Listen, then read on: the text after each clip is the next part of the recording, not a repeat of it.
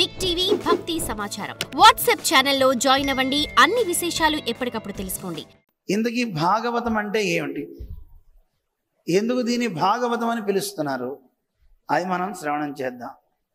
భాగవతం ఎన్నో చోట్ల సప్తాహాలు మీరంతా వినే ఉంటారు. ఏమిటి భాగవతం అంటే? దానికి నిర్వచనాన్ని ఇచ్చింది మన శాస్త్రం. భగవతః ఇదం భాగవతం అని భగవంతుని గురించి చెప్తుంది. ఆయన యొక్క అవతార విశేషాలన్నింటినీ చెప్తుంది కనుక దాన్ని భాగవతం అంటారు.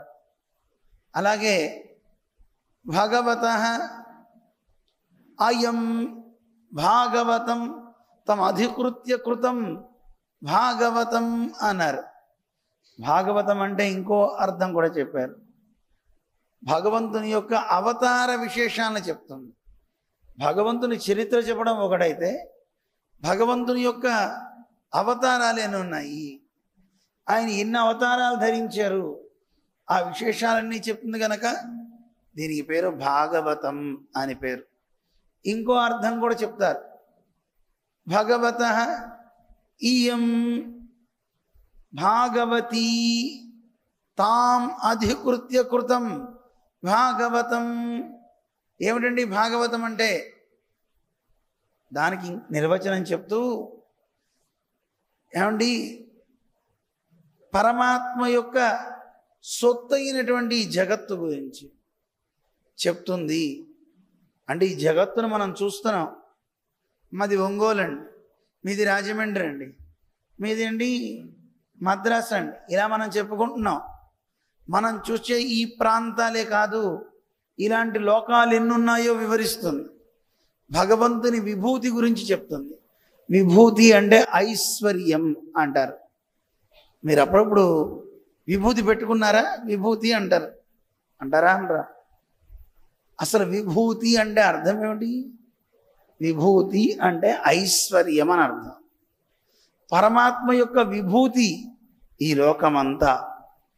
అందువల్ల ఐశ్వర్యం ఈ లోకం ఒకటే కాదు, ఈ లోకాలన్నింటినీ కలిపి మనకి చూడండి, కింద 7 లోకాలు, పైన 7 లోకాలు, 14 లోకాలు ఉన్నాయంటారు కదా.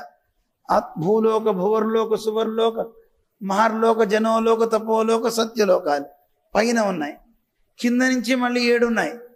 ఉన్నాయా లేవా? వీటన్నిటినీ 14 లోకాలు చెప్తూ అతల వితల సుతల తలాతల మహాతల రసాతల పాతాళాలు కింద దాకా వెళ్ళారు. ఇలాంటి లోకాలు ఎన్నున్నాయో మనకి తెలియదు.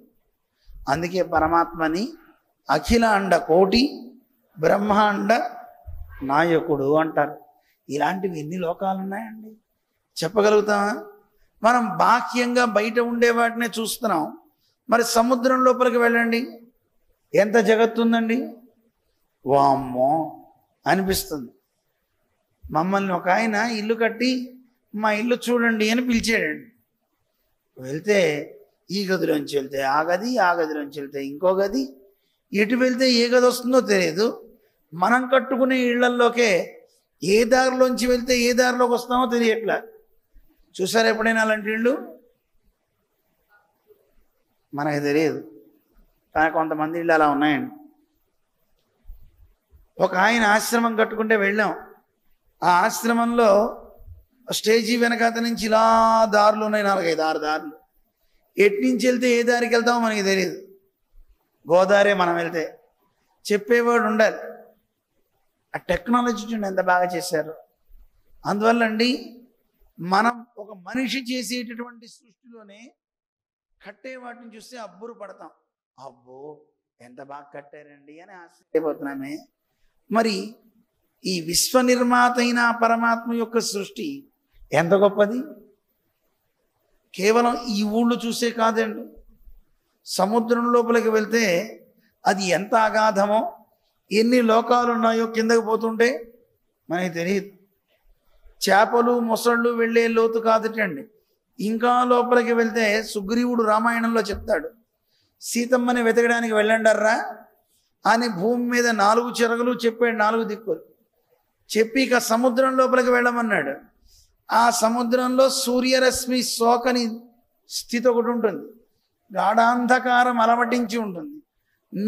నీటి లోపలికి వెళ్దామన్నా వెళ్ళడానికి వీలు కాకుండా నీరు మందంగా ఉంటుందట, చీకటి ఎక్కువ ఉంటుందట.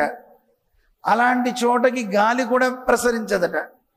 చేపలు, ముసళ్ళు ఇలాంటివి కూడా అక్కడికి పోవుట. చాలా క్రిమికీటకాదులు కూడా అక్కడికి పోవండి, జాగ్రత్త సుమా, అక్కడికి పోతే మళ్ళీ మీరు తిరిగి రాలేరు చెప్తాడు. మరి ఆ చీకట్లో కూడా ఏవో ఉండే ప్రాణులు ఉంటాయి కదా, ఆ లోపల కూడా ఒక లోకం ఏదో ఉంటుంది కదా, మనకి తెలియదు. ఇలాంటి లోకాలన్నింటినీ కలిపి లీలా విభూతి అంటారు. ఏమంటారు? లీలా విభూతి. పరమాత్మ సృష్టిలో ఇవన్నీ ఒక విభూతి. లీలా అంటే ఒక ఆట కోసం అనాయాసంగా సృజించాడు పరమాత్మ. ఇక తనదైనటువంటి లోకం ఒకటి ఉంది, అది ప్రళయంలో పోదు. మిగతా లోకాలన్నీ ప్రళయంలో కూడా పోతాయి. ఆయన లోకం తద్ధామ పరమం మమ ప్రళయేన వ్యధంతి చ. ప్రళయంలో పోదు, మిగతా లోకాలన్నీ కూడా ప్రళయంలో కొట్టుకుపోతాయి. ఆ బ్రహ్మభువనాల్లోకా పునరావృత్తినోర్జున అంటాడు కృష్ణుడు అర్జునుడితో. ఏమో ఎవరైనా సరే ఇంద్రలోకానికి వెళ్ళాలని ఎంతమందికి ఉంది చెప్పండి? ఇంద్రలోకం ఎవరికి లేదా? ఇంద్రలోకంలో స్వర్గంలో రంభ, ఊర్వశి, మేనక అందరూ ఉంటారటండి. మంచి పానీయాలు ఉంటాయటండి. అందుకని ఇంద్రలోకంలోకి వెళ్ళడానికి చాలామంది అర్రులు చేస్తారు. మరి ఇంద్రలోకం కంటే పై లోకాలు ఇంకా బ్రహ్మలోకం, బ్రహ్మాండం అంటారు. ఎంతమందికి వెళ్ళాలని ఉందండి? గ్రేట్, 2 ఎత్తారండి. కానీ ఆ బ్రహ్మలోకం కూడా వరదలు వస్తాయటండి, అక్కడ కూడా ఫ్లడ్ వస్తుంది తెలుసునా? అవి కూడా మునిగిపోతాయిట. అక్కడికి వెళ్ళిన వాడు కూడా తిరిగి మళ్ళీ భూమి మీదకి రావాల్సిందే. కాదే బ్రహ్మగారి లోకంలో కొంచెం టైం ఎక్కువ ఉంటుంది, ఎక్కువ కాలం ఉంటాం. ఎంతగానో 2000 చతుర్యుగాలు గడిస్తే బ్రహ్మగారికి ఒక రోజు అవుతుంది. చతుర్యుగాలు అంటే కృత, త్రేత, ద్వాపర, కలియుగాలు. ఇలాంటి సైకిల్ ఒక 1000 టైమ్స్ జరిగితే బ్రహ్మగారికి ఒక పగలు, ఇంకో 1000 టైమ్స్ జరిగితే బ్రహ్మగారికి ఒక రాత్రి. అంటే 2000 చతుర్యుగాలు మీరు అక్కడ ఉంటారు. గ్రేటా కాదా? ఒకరోజు. ఇలాంటివి బ్రహ్మగారికి 100 ఏళ్ళు వచ్చేదాకా మీరు ఉండొచ్చు. ఆ తర్వాత అయినా పోతామా పోమా చెప్పండి? ఇప్పుడు చీమ టైంకి మన టైంకి చాలా తేడా ఉందా లేదా? అప్పుడే పుట్టి 5 రోజులకో 7 రోజులకో అవి పోతాయి.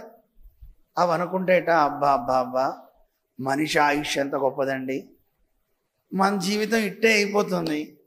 మనం మనిషిగా పుడితే మనం కూడా 100 ఏళ్ళు ఉండొచ్చు. ఒక చీమ జన్మ మన 100 ఏళ్ళ ఆయుష్లో ఎన్ని కోట్ల సార్లు పుట్టిపోతుందో చూడండి. పుట్టిపోతుందా పోదా? మన ముందు చీమ చాలా అల్పం, కానీ బ్రహ్మ ముందు మనం అల్పం. అలాంటి బ్రహ్మగారులు పెరుమాళ్ళ ముందు అల్పం. ఆయన కన్ను రెప్ప మూసి తెరిచే లోపల కొన్ని కోట్ల మంది బ్రహ్మలు అయిపోతారట. కొన్ని కోట్ల మంది బ్రహ్మలు. మరి ఆ పరమాత్మ టైం చూడండి ఎంత గొప్పదో. అందుకని చతుర్ముఖ బ్రహ్మగారు కూడా ఈ ప్రణయంలో పడిపోవాల్సిందే, అందరూ వెళ్ళిపోతారు. అందుకే ఈ లోకాలని, బ్రహ్మలోక పర్యంతం ఉన్న లోకాలన్నింటినీ ఏమని పిలుస్తారు? లీలా విభూతి అంటారు. దానికి పైన ఉన్నటువంటి లోకానికి పేరు పరమపదం, అన్నిటికంటే శ్రేష్టమైన స్థానము అంటారు. అలాంటి ఆ పరమపదం నిత్య విభూతి అంటారు. ఇలాంటి లోకాల గురించి తెలియజేస్తుంది కనుక దీని పేరేమని? భగవతః ఇయం భాగవతి తం అధికృత్య కృతం భాగవతం. పరమాత్మ యొక్క సృష్టి, ఆ సృష్టి వైచిత్యాన్ని మొత్తాన్ని చెప్తుంది కనుక దీని పేరు భాగవతం అని పేరు. మీకు ఇప్పటికి 3 అర్థాలు చెప్పా, ఇంకో అర్థం కూడా చెప్పనా?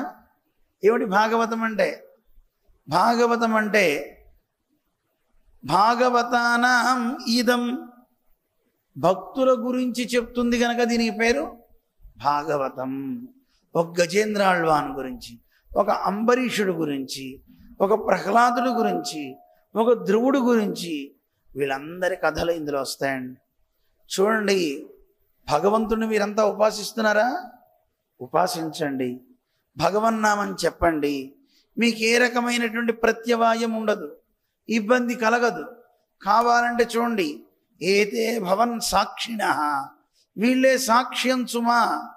మీరందరూ ఈ లోకంలో బాగుపడాలనుకుంటే ప్రహ్లాదశ్చ విభీషణశ్చ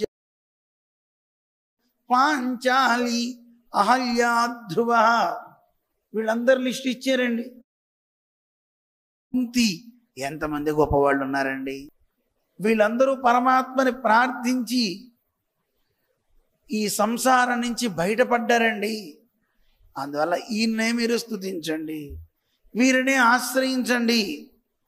ఈ నారాయణుడు తప్ప ఇంకోరు లేరు, ఆయనే అందరికంటే గొప్పవాడు. వేదాలు చెప్పిన మాట నేను చెప్పే మాట కాదు సుమా అని మనకి చరిత్ర చెప్తాను.